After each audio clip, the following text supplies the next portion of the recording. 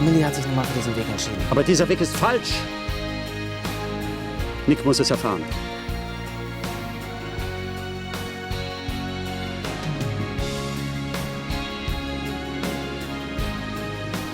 Jackie!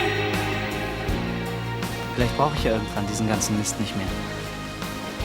Und ich helfe dir dabei. Genauso wie du mir in die Modebranche geholfen hast. Bitte, sag es ihm nicht.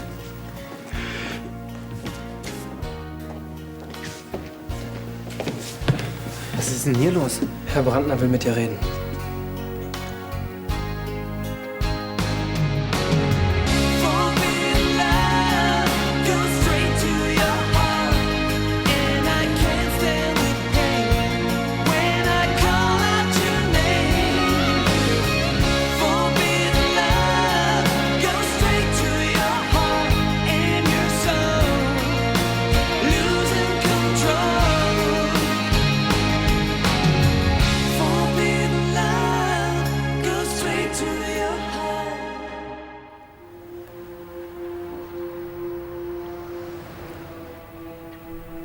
Bitte, lass uns jetzt gehen, ja?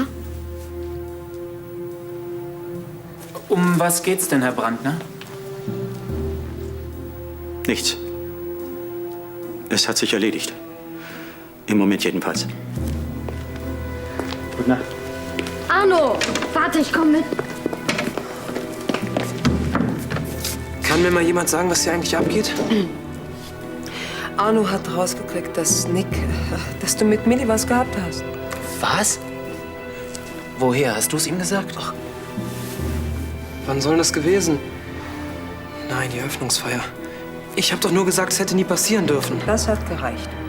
Ja, aber er hat doch so getan, als wüsste er bereits alles. Oder habe ich da irgendwas falsch verstanden? Wie auch immer, Arno hat nur 1 und 1 zusammengezählt. Nein, das wollte ich wirklich nicht. Es tut mir leid. Schon gut.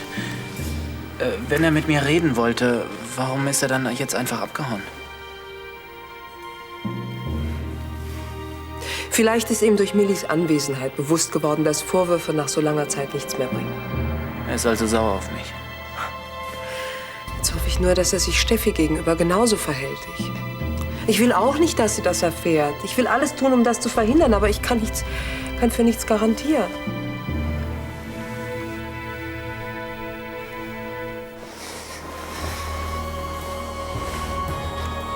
Jackie!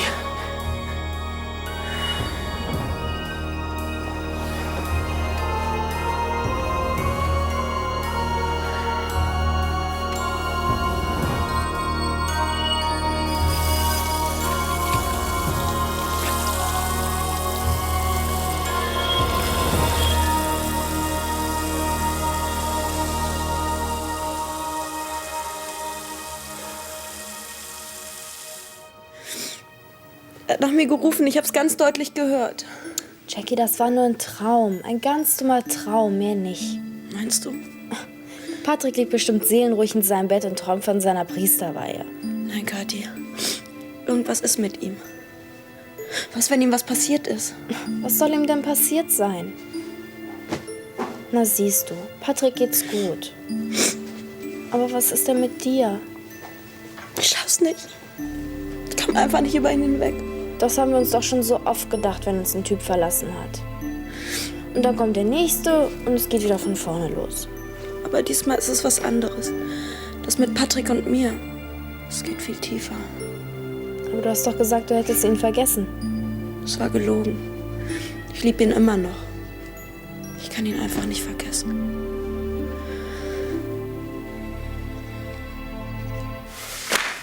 Spinnst du? Das wollte ich dich eigentlich gerade fragen.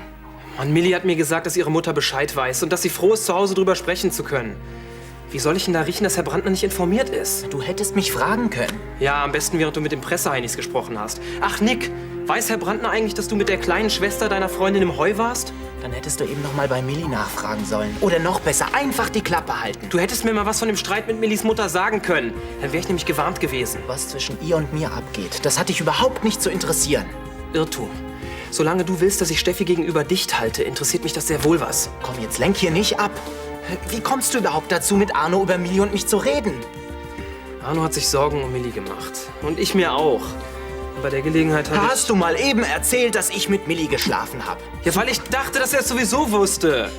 Ja, und selbst wenn. Das ist doch kein Thema, was man auf so einer Party breitwälzt. Und schon gar nicht, wenn Steffi was mitkriegen könnte. Das hätte ich gerade noch gemerkt. Du und was merken, du? Hör bloß auf. Deinetwegen erfährt doch Steffi jetzt alles. Ach, jetzt bin ich es wieder schuld. Aber nicht mit mir, Nick. Du hast mit der Schwester deiner Freundin geschlafen, nicht ich.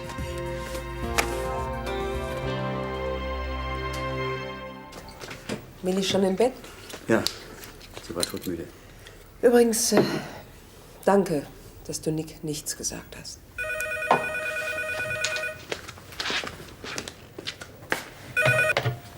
Brandner?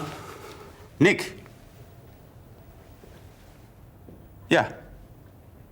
Wann? Gut. Du auch. Gute Nacht. Willst du ihm erzählen, dass Millie schwanger ist? Nach wie vor bin ich der Meinung, dass er es erfahren sollte. Wie er dann damit umgeht, ob er Steffi was sagt oder nicht, das ist seine Sache. Er wird es ihr nicht lang verschweigen können. Seinen Ausrutscher konnte er ihr auch lange genug verschweigen. Es ist ihm nicht leicht gefallen. Er liebt Steffi und er will sie nicht verlieren. Er will ihr nicht wehtun. Millie will ihrer Schwester auch nicht wehtun. Wenn Nick erfährt, dass er Vater wird, bekommt dieser Seitensprung noch mal eine ganz andere Dimension. Er könnte überhaupt nicht anders, als es Steffi zu erzählen und zu Millie zu halten. Und genau davor fürchtet sie sich. Man sollte glauben, ich hätte aus den Fehlern mit Florian gelernt. Es steht mir nicht zu, mich da einzumischen. Wenn Nick es denn erfahren soll, dann nur von ihr. Das ist für Millie ganz ausgeschlossen. Vielleicht kann ich sie überzeugen. Das ist der richtige Weg. Aber was wird mit uns?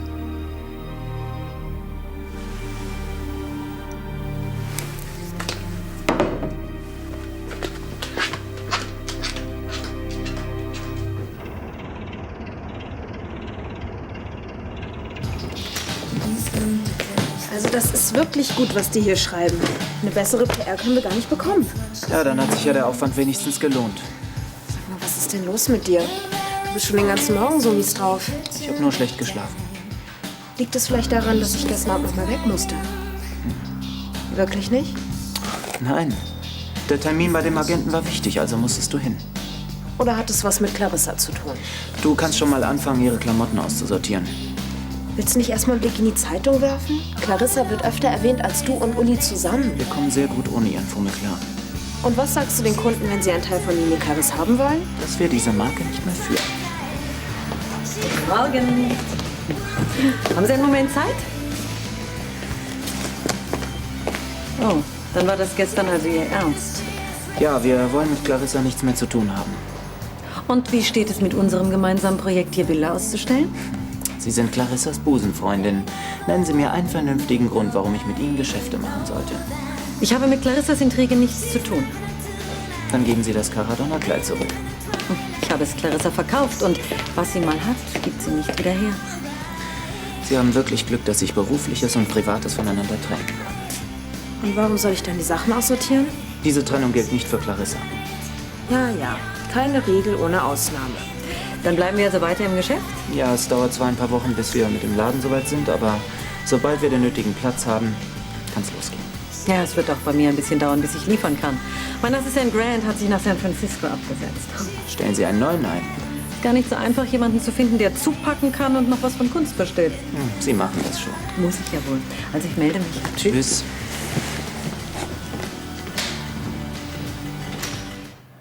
Bist du aufgeregt? Eher nachdenklich. Ein bisschen traurig. Am Tag deiner Priesterweihe solltest du glücklich sein. Ja, ich weiß. Ich muss halt auch an den Abschied denken. Wer weiß, wo die mich hinversetzen. Du wirst mir fehlen. Die Welt ist ein Dorf. Aber wer weiß, St. Katharinen könnte einen guten Kaplan gebrauchen. Andere Pfarreien aber auch. Wir werden sehen. Diesen Rosenkranz hier hat mir mein Mentor geschenkt, als ich zum Priester geweiht wurde. Tillmann, den kann ich nicht annehmen. Der bedeutet dir doch bestimmt viel. Ja, gerade deswegen möchte ich, dass du ihn bekommst. Als Zeichen unserer Freundschaft. Ich wünsche dir viel Glück. Dann bist du nicht sauer auf mich? Hat Herr Brandner gestern Abend noch was gesagt? Ich meine, was er von Nick wollte. Nee, jedenfalls nicht zu mir. Komisch. Ich habe wirklich geglaubt, er macht ihn voll runter. Wieso? Ich habe doch genauso viel Schuld. Kann es sein, dass du Nick immer noch... dass er dir noch sehr viel bedeutet? Wie kommst du denn jetzt darauf? Du nimmst ihn in Schutz. Außerdem weiß ich genau, dass man Gefühle nicht einfach so abschalten kann. Das war bei Bastian und mir genauso. Ich bin aber drüber weg. Nick bedeutet mir nichts mehr. Das habe ich mir damals auch gesagt. Und jedes Mal, wenn Bastian mir über den Weg lief, habe ich gedacht, ich halte es nicht mehr aus. Bei mir ist es aber anders. Und wieso lässt du dich dann nicht mehr bei uns blicken? Ach, das stimmt doch gar nicht. Gestern bei der Eröffnungsfeier war ich doch auch da. Ja, aber wie? Du hast deinen Mund nicht aufgekriegt und warst die ganze Zeit traurig. Ich hatte Bauchweh. Ja. Wegen Nick. Ach Mensch, Milli, ich merke doch, wie beschissen es dir geht, wenn Nick in deiner Nähe ist. Dann merkst du mehr als ich. Ich bin dann weg. Du bist mir noch eine Antwort schuldig. Können wir nicht nachher reden? Ich bin spät dran. Dann müssen die eben mal eine halbe Stunde ohne dich klarkommen. Wir haben die ganze Nacht nur über Steffi, Milli und Nick geredet. Was ist mit uns? Ich habe gesagt, was ich zu sagen habe. Bis auf eins. Willst du mich immer noch heiraten? Erika, ich weiß nicht. Ich weiß ehrlich gesagt nicht, wie ich damit umgehen soll, mit deiner Art, Partnerschaft zu praktizieren. Nun, ich vertraue dir. Und auf dein Verständnis, dass ich es nicht sagen konnte. Hättest dich darüber hinwegsetzen können. Und Millis Vertrauen in mich enttäuschen. Stattdessen enttäuscht du mein Vertrauen in dich. Und ich habe einen hohen Preis dafür bezahlt. Oder glaubst du, es ist mir leicht gefallen, deinen Antrag abzulehnen? Arno, ich liebe dich. Ich will unsere Ehe nicht auf einer Lüge aufbauen. Auf der Wahrheit aber auch nicht. Aber was hättest du denn an meiner Stelle getan? Ja, ich weiß es nicht. Vielleicht hätte ich... Das ist also der Anfang vom Ende, ja? Nein. Erika, lass mir Zeit. Ich muss einiges verdauen. Hm? Das ist all... Arno, könntest du Uli mit zur S-Bahn nehmen? Ja, sicher. Danke. Bis nachher. Ja. Können wir? Tschüss, Rosander. Tschüss, Uli. Tschüss, Milli. Weißt du, Mama, irgendwie bin ich froh, dass Arno jetzt Bescheid weiß. Auf einmal. Ja, eigentlich könnt ihr doch jetzt heiraten. Ich glaube, daraus wird so schnell nichts. Oder wir könnten mal wieder eine Shoppingtour machen. Das haben wir schon lange nicht mehr getan. Wenn du willst, können wir auch ausreiten, wenn dir das lieber ist. Ach, das bringt doch nichts. Ich komme einfach nicht über diesen Traum hinweg. Ach, Jackie, jetzt steiger dich da doch nicht so rein. Ich glaube, es gibt nur einen Weg herauszufinden, was er bedeutet. Wie bitte? Du willst ja wohl nicht etwa zu dieser Priesterweihe gehen. Das ist ja schon fast Masochismus. Ach, und wenn schon. Vielleicht sehe ich dann endlich ein, dass ich Patrick für immer verloren habe. Was haben Sie auf dem Herzen? Ja, wie soll ich anfangen? Ich habe zufällig gehört, dass Sie in Ihrer Galerie einen Assistenten suchen. Ah, hätten Sie etwa Interesse? Dann ist der Job noch zu haben. Ja. Ich wüsste jemanden, der sich beruflich verändern will. Und wie heißt dieser jemand? Dennis. Dennis Krüger. Sagt mir nichts. Er wohnt zurzeit in Ihrer Pension. Na, das zeigt zumindest, dass er Geschmack hat. Womit verdient er denn seinen Lebensunterhalt? Er fährt Pizza aus. Aber vorher hat er mit Nick in einer Mannschaft gespielt. Ein Ex-Fußballer, der ins Dienstleistungsgewerbe gewechselt ist. Dennis hat wirklich was auf dem Kasten. Er ist intelligent, macht, was man ihm sagt, ist verlässlich. Scheint Ihnen ja viel daran zu liegen, dass er den Job bekommt. Ist Ihnen klar, dass in meiner Galerie nur gehobene Kundschaft verkehrt? Ich muss ein gewisses Format von meinem Mitarbeiter erwarten. Ja, kein Problem für Dennis. Also gut, dann schicken Sie ihn mir mal vorbei. Erika hat mir erzählt, dass Sie mich unter 4 Augen sprechen wollten. Und deshalb sind Sie einfach gegangen. Da kann Erika wohl recht haben. Nun, jetzt sind wir unter 4 Augen. Legen Sie los. Sagte ich nicht, das hat sich erledigt? Das nehme ich Ihnen aber nicht ab.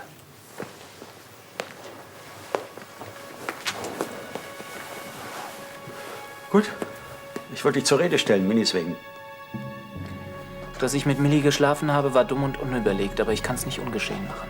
Das kann niemand, also hat es sich erledigt. Werden Sie es Steffi erzählen? Das ist deine Aufgabe. Ich kann es ihr nicht sagen. Ich liebe sie und ich will, dass sie glücklich ist. Es reicht, wenn ich mich schlecht fühle. Was ist dem noch hinzuzufügen? Sie sagen ihr also nichts? Du entscheidest es, ob du es Steffi sagen willst oder nicht. Allerdings stelle ich eine Bedingung. Halte dich in den nächsten Tagen von meinem Haus fern. Es ist Milenas wegen. Sie ist diejenige, die am meisten unter dieser Situation leidet. Ich will nicht, dass Wunden aufreißen, sobald du erscheinst. Klar. Aber wie soll ich das Steffi erklären? Das ist wohl dein Problem. Kann ich mich auf dich verlassen?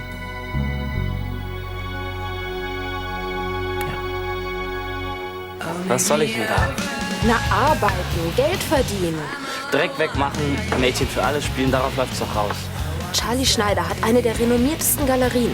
Da verkehren nur Leute mit Kohle. Überleg doch mal, was du da für Kontakte knüpfen könntest. Als ob solche Leute mit Fußvolk verkehren. Von wegen Fußvolk. Du wärst ihr persönlicher Assistent. Assistent? Das klingt gar nicht so übel. Wie sieht's denn kohlemäßig aus? Ja, das musst du selbst verhandeln. Ich bin nicht dein Manager. Kein Problem. Knallhartes Verhandeln um Kohle gehört schließlich zu meinen Aufgaben als Assistent. Dann kauf dir ein paar Kunstbände, lern einige Fachbegriffe und Charlie Schneider kann gar nicht anders, als dich einzustellen. Wieso machst du das eigentlich alles? Weil du mehr kannst als Pizza ausfahren. Außerdem hast du mir auch geholfen. Ohne dich würde ich heute nicht modeln. Du hättest es auch ohne mich geschafft. So, und jetzt gehen wir nach oben und suchen dir was zum Anziehen aus. Frau Schneider legt nämlich schwer Wert auf sowas. Komm.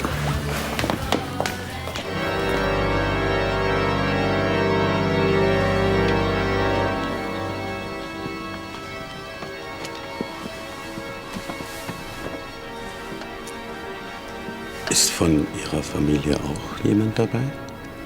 Nein, soviel ich weiß, habe ich nur eine Schwester.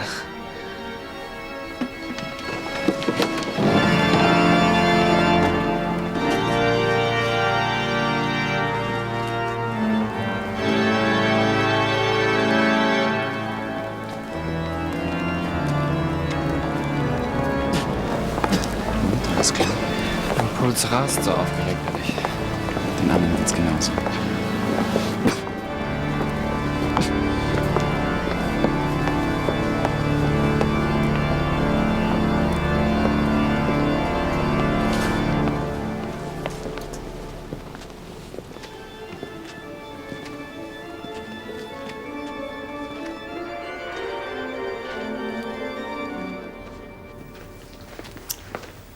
Willi, gut, dass ich dich treffe. Ich wollte mit dir reden. Das trifft sich gut. Ich auch mit dir. Darf ich?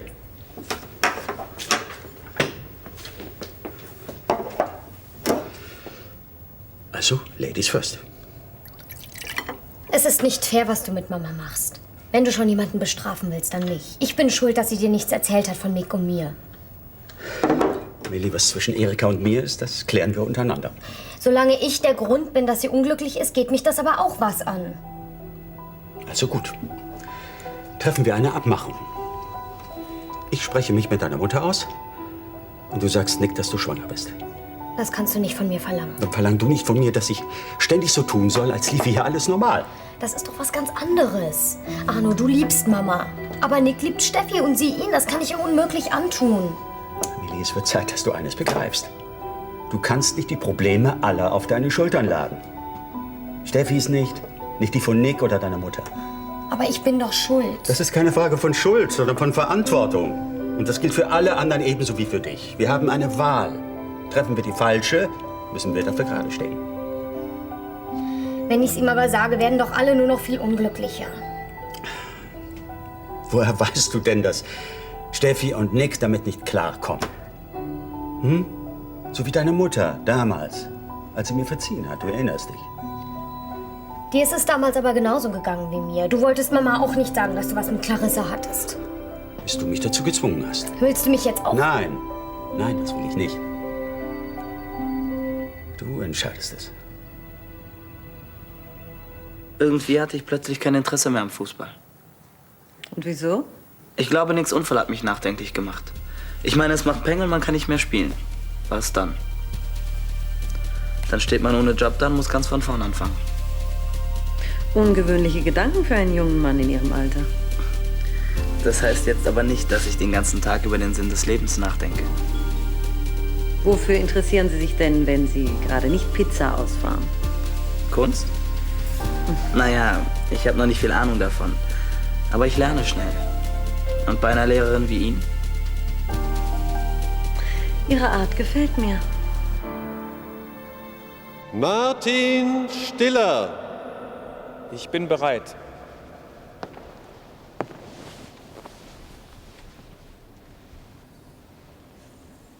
Gerd Haupt. Ich bin bereit.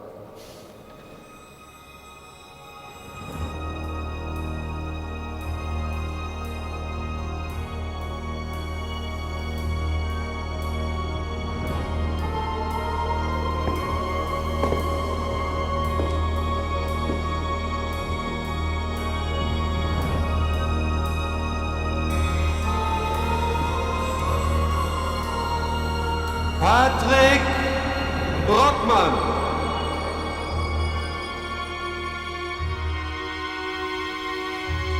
Ich bin bereit.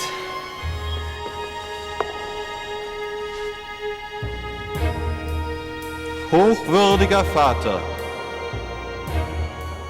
die Heilige Kirche bittet dich, diese unsere Brüder zu Priestern zu weihen. Weißt du, ob sie würdig sind? Das Volk und die Verantwortlichen wurden befragt. Ich bezeuge, dass sie für würdig gehalten werden. Mit Beistand unseres Herrn und Gottes, Jesus Christus, des Erlösers, erwählen wir diese, unsere Brüder, zu Priestern. Und dann sind Sie natürlich noch dafür verantwortlich, dass der Kunde das von ihm gekaufte Bild in unversehrtem Zustand erhält. Wollen Sie den Job immer noch? Vom Assistenten zum Millionär. That's my way. Wie schnell Sie die Leiter nach oben klettern, hängt ganz von Ihnen und Ihrem Entgegenkommen ab. Ich kann sehr entgegenkommend sein. Bis jetzt hat sich keiner über mich beschwert. Ich glaube, wir müssen mal was klarstellen. Mit dieser Masche mögen Sie bei anderen Damen Erfolg haben. Bei mir zieht sie nicht. Gott selbst vollende das gute Werk, das er in dir begonnen hat.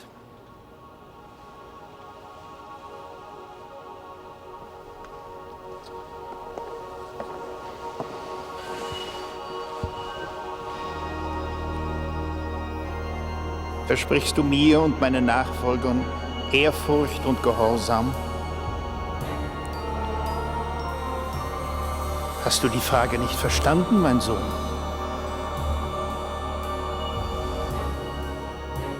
Ich frage noch einmal. Versprichst du mir und meinen Nachfolgern Ehrfurcht und Gehorsam?